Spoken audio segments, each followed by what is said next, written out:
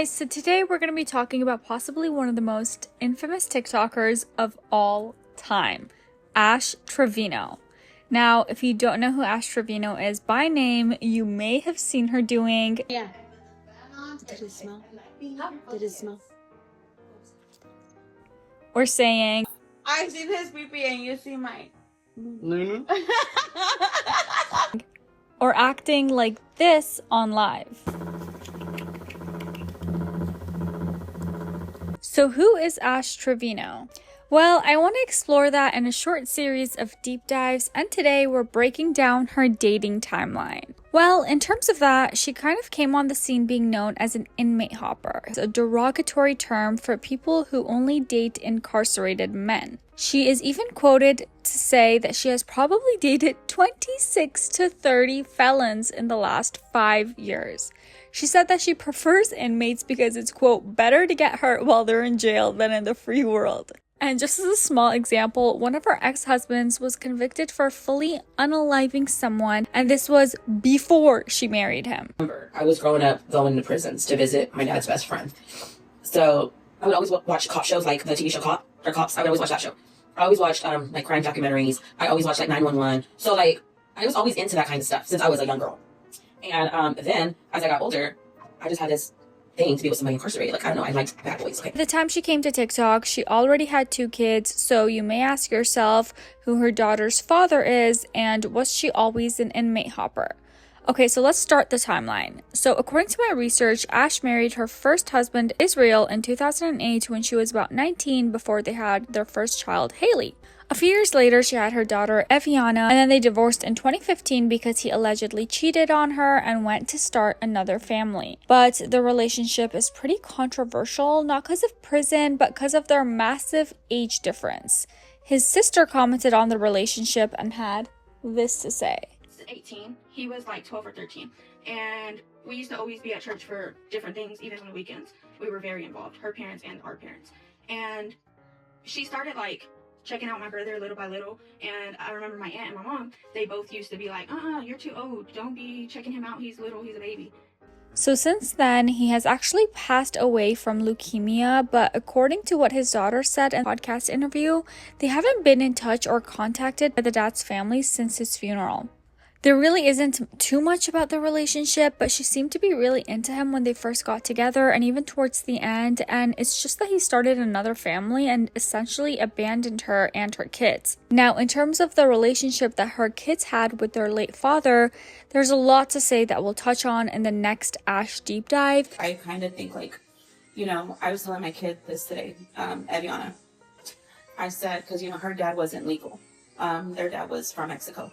And so I told her today, I was with her, and I was like, baby, I said, I think it was God's will to take your dad last year when he did, because this year, all this happened, and your dad probably would have been deported. Next, in 2017, she posted a photo with an engagement ring on it, and I think she got married again, but never said to who. She kind of kept that one low-key. At some point, though, her and her husband, number 2, divorced. In summer of 2019, she then officially announced her engagement to a new guy, Isaiah Gonzalez, aka the man who was in jail for 45 years for unaliving someone. Not only was he in jail for that, but for aggravated assault and robbery because of the massive incidents that happened in 2010. Well, they dated for a while, and she documented on TikTok how it was to talk to him through the glass and had no contact visits. On occasion, she would bring her kids to visit him, and they had game nights where he played Kahoot with the kids online. She would also refer to him as the kids' daddy before he eventually bought her a ring and made it official in December 2019.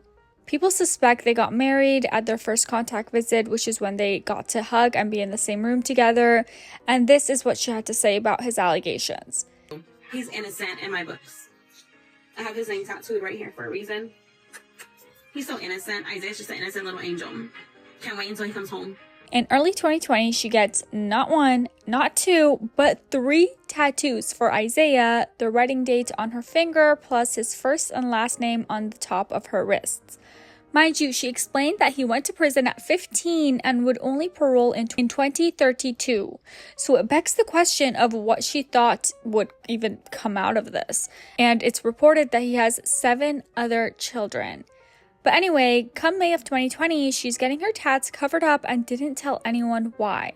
And by October, she announces a divorce.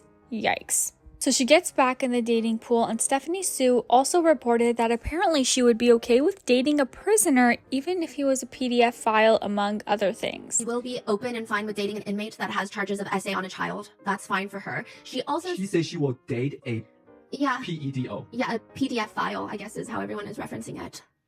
Wow. She has this moment where she talks about how murder charges and SA charges are not that crazy because every single person she's been with has had those charges. Now let's jump to 2022. She gets remarried to a man named Ash Trevino, who was incarcerated in 2015 for stabbing a man in a nightclub, and where she got her infamous last name.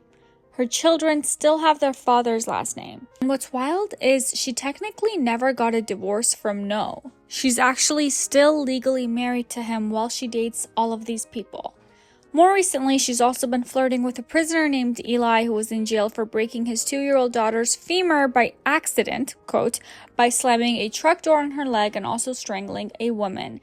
He has been released since and goes on TikTok live with her all the time. She also dated a prisoner named Francisco, who murdered 2 teenage girls and is also in a case for trying to bribe a prison guard for sneaking in drugs like fentanyl. And now for one of her most recent relationships, the one that is probably the most well-known, her dating a 19-year-old TikToker, Santos. Now, allegedly, it all started when one of her daughters showed Ash a video that Santos, a very small account at that time, had posted and let her mom know that she thought he was kind of cute. Well, she started constantly going on live with him, telling him weirdly flirty things like she would breastfeed him and asking him to put oil all over her body. People were in the comments asking her daughter how she feels now that her mom stole her crush. She was constantly found on live picking up phone calls with Santos, and they would battle online before she invited him over to Texas to meet her. He didn't show up for like 3 days, and she was crying on live about it, and everyone thought he was never going to, but he did end up showing up eventually. They obviously go live the entire time, and they're acting all touchy, and he's basically calling people out for being jealous of her. She completely ignored her daughters the whole weekend and prioritized going on TikTok and documenting the relationship. On one of her lives, she says, Are y'all jealous because I'm in the same room as him or what? I seen his I see this no is ridiculous. I seen his BB and you see mine. and the word Nunu went absolutely viral. Somehow this idea of her Nunu smelling came from a combination of things. So she was on live and asking her aunt if it smelled, and she was referring to the bathroom as she just did some gardening, i.e. smoking weed, in there, but people took it like she was just asking about her Nunu. So then people started saying it smells, and she was like, ask Santos, he know it smell well. This later became such a trend, she fully made a track about it. Nunu. I got Nunu. I got Nunu. I got Nunu. I got Nunu. I got Nunu. I seen his BB. He seen the Nunu. Allegedly, they did hook up once or twice, but essentially were pushing the relationship because of virality and TikTok. This ended up leading to a lot of issues, as she would kind of be scandalous online, on live, with Santos doing things like using her haunted rose, which Santos says smells like a cheese dip, and she showed a lot of her body on live. She has shown her chest and her Nunu, leading to her constantly getting banned from TikTok. I think part of the time that she was trying to impress Santos, meanwhile, he was just watching her dig her grave. And just a reminder, this is a 36-year-old woman.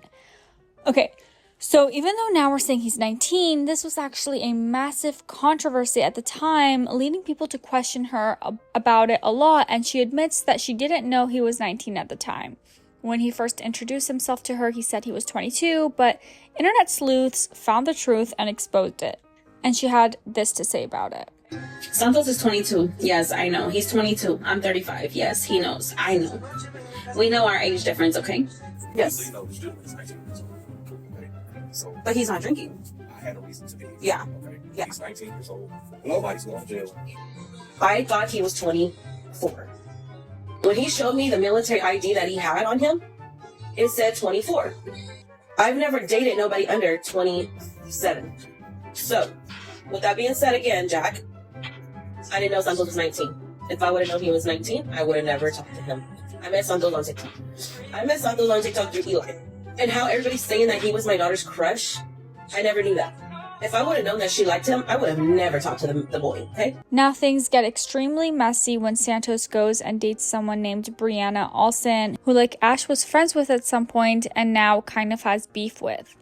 It's this whole chaotic online war that has so many different TikTok lives, battles, and leaks that it's almost impossible to sum up, but Ash and Santos went from friends to enemies, back to friends so many times that at some point he said he would be managing her. You need a picture.